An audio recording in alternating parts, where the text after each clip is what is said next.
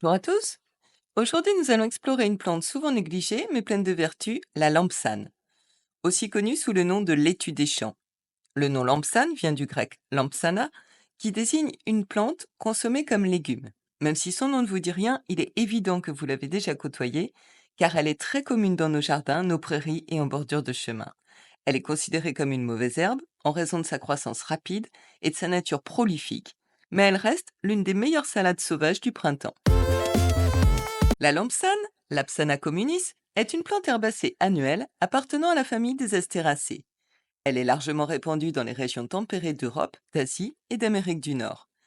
La lampsane peut atteindre jusqu'à 1,50 m de hauteur et se développe principalement dans les sols riches et humides. Ses tiges sont dressées et légèrement poilues, souvent ramifiées dans la partie supérieure. Ses feuilles sont alternes, lobées ou dentées, de forme lancéolée et sont très caractéristiques. Ces fleurs d'un jaune vif apparaissent en capitules solitaires ou en grappes lâches de mai à octobre. Les fruits sont des akènes, souvent surmontés d'une aigrette, qui facilite la dispersion par le vent et favorise la propagation de la plante.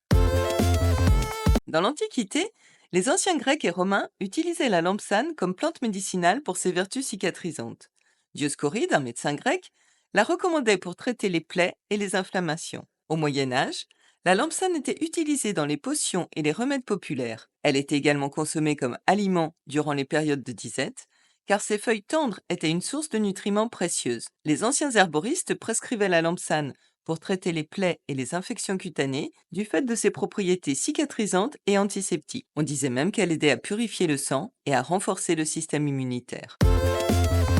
La lampsane possède plusieurs propriétés médicinales. La lampsane est vulnéraire. Elle est reconnue pour ses propriétés cicatrisantes. Elle est utilisée en application externe pour traiter les plaies, les ulcères, les brûlures et les éruptions cutanées. La lampsane est anti-inflammatoire. Ses composés aident à réduire les inflammations internes et externes. Elle est utile pour traiter les affections inflammatoires de la peau et des muqueuses. Des recherches sont en cours pour explorer son potentiel dans le traitement de maladies chroniques et inflammatoires. La lampsane est digestive. En infusion ou en décoction, les feuilles et les tiges de lampsane stimulent la digestion et sont utiles pour traiter les maux d'estomac et des troubles tels que les ballonnements, les indigestions et la constipation. Enfin, la lampsane est diurétique. Elle favorise l'élimination des toxines par les voies urinaires et aide à traiter les infections urinaires et les rétentions d'eau.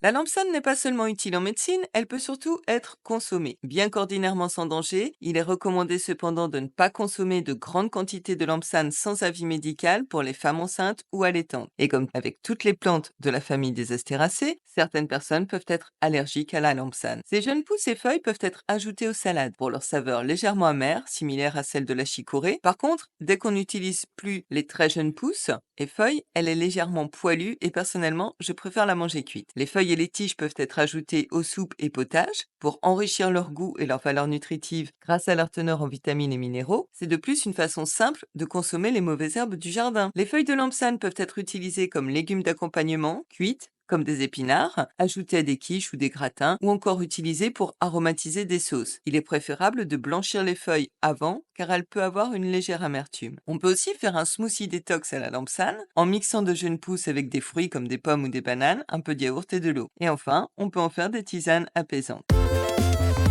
La récolte de la lampsane est relativement simple et peut se faire tout au long de la saison de croissance. Cependant, ce sont les jeunes pousses de la lampsane au printemps ou en début d'été qui sont les meilleures juste avant la floraison. Les feuilles plus matures peuvent être utilisées cuites en soupe pour des préparations médicinales ou en tisane. Une fois récoltées, les feuilles et les tiges peuvent être utilisées fraîches ou séchées. Pour sécher la plante, on peut la suspendre à l'envers dans un endroit sec et bien ventilé, à l'abri de la lumière directe du soleil pendant quelques jours. Les parties séchées peuvent être conservées dans des sacs en papier ou des bocaux en verre. Pour préparer une infusion de lampsane, on met environ une cuillère à soupe de feuilles sèches pour une tasse d'eau bouillante. On laisse infuser pendant 10 à 15 minutes, puis on filtre avant de consommer.